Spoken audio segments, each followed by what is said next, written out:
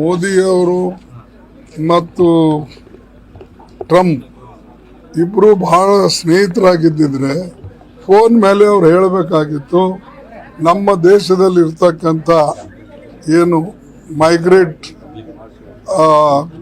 ಇದು ಕೆಲಸಗಾರಿದ್ದಾರೆ ಅವರಿಗೆ ನೀವು ಹಂಗೆ ಕಳಿಸ್ಬೇಡಿ, ಗೂಡ್ಸ್ ಫ್ಲೈಟ್ನಲ್ಲಿ ಕಳಿಸೋದಕ್ಕಿಂತಲೂ ನಿಮ್ಮ ಸ್ವಂತ ಪ್ಯಾಸೆಂಜರ್ ಫ್ಲೈಟ್ನಲ್ಲಿ ಕಳಿಸಿ, ಇಲ್ಲ ಆದರೆ ನಾವು ಕಳಿಸ್ತೇವೆ ಅವಾಗ ನೀವು ಕಳಿಸಿ, ಅಲ್ಲಿವರೆಗೆ ಇಟ್ಕೊಳ್ಳಿ ಅಂತ ಹೇಳಿಲ್ಲ. ಅಂದರೆ ನಿಮ್ಮ ಏನು ನೀವು ಹೇಳ್ಕೊಳ್ತಾ ಇದ್ರಿ, ನಮಗೆ ಭಾಳ ಅವರು ಕ್ಲೋಸ್ ಇದ್ದಾರೆ, ನನ್ನ ಫ್ರೆಂಡ್ ಇದ್ದಾನೆ.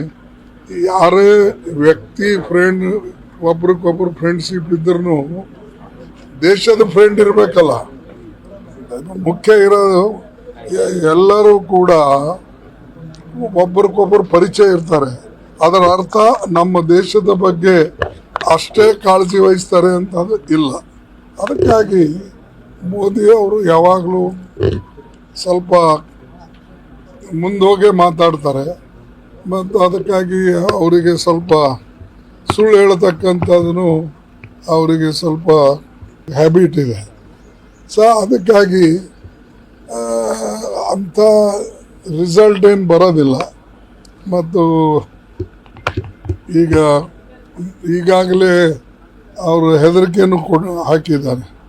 ಏನಂತ, ಯಾರ್ಯಾರು ಯಾವ ದೇಶದಿಂದ ಇಂಪೋರ್ಟ್ ಮಾಡ್ಕೊಳ್ತೇವೆ ಅದ್ರ ಮೇಲೆ ನಾವು ಟ್ಯಾರಿಫ್ ಹೆಚ್ಚಿಗೆ ಹಾಕ್ತೇವೆ ಅಂಥೇಳಿ ಎಲ್ಲ ದೇಶಗಳಿಗೆ ಹೆದರಿಸಿ. ಅಂದರೆ ಈಗ ನಮ್ಮ ಮೋದಿಯವ್ರ ದೋಸ್ತ ಮೊದಲು ಬಿಗಿನಿಂಗ್ಲಿಂದನೇ ಹೆದರ್ಸ್ಲತ್ತಾನೆ. ಅಂದರೆ ನಮ್ಮ ದೇಶಕ್ಕೆ ಟ್ರಂಪಿಂದ ಒಳ್ಳೆಯದಾಗ್ತದೆ ಅಂತ ಹೇಳಿ ನಾವು ಹೇಗೆ ಭಾವಿಸಬೇಕು, ಇದು ಪ್ರಶ್ನೆ ನಮ್ಮ ಮುಂದಿದ್ದಿದ್ದು.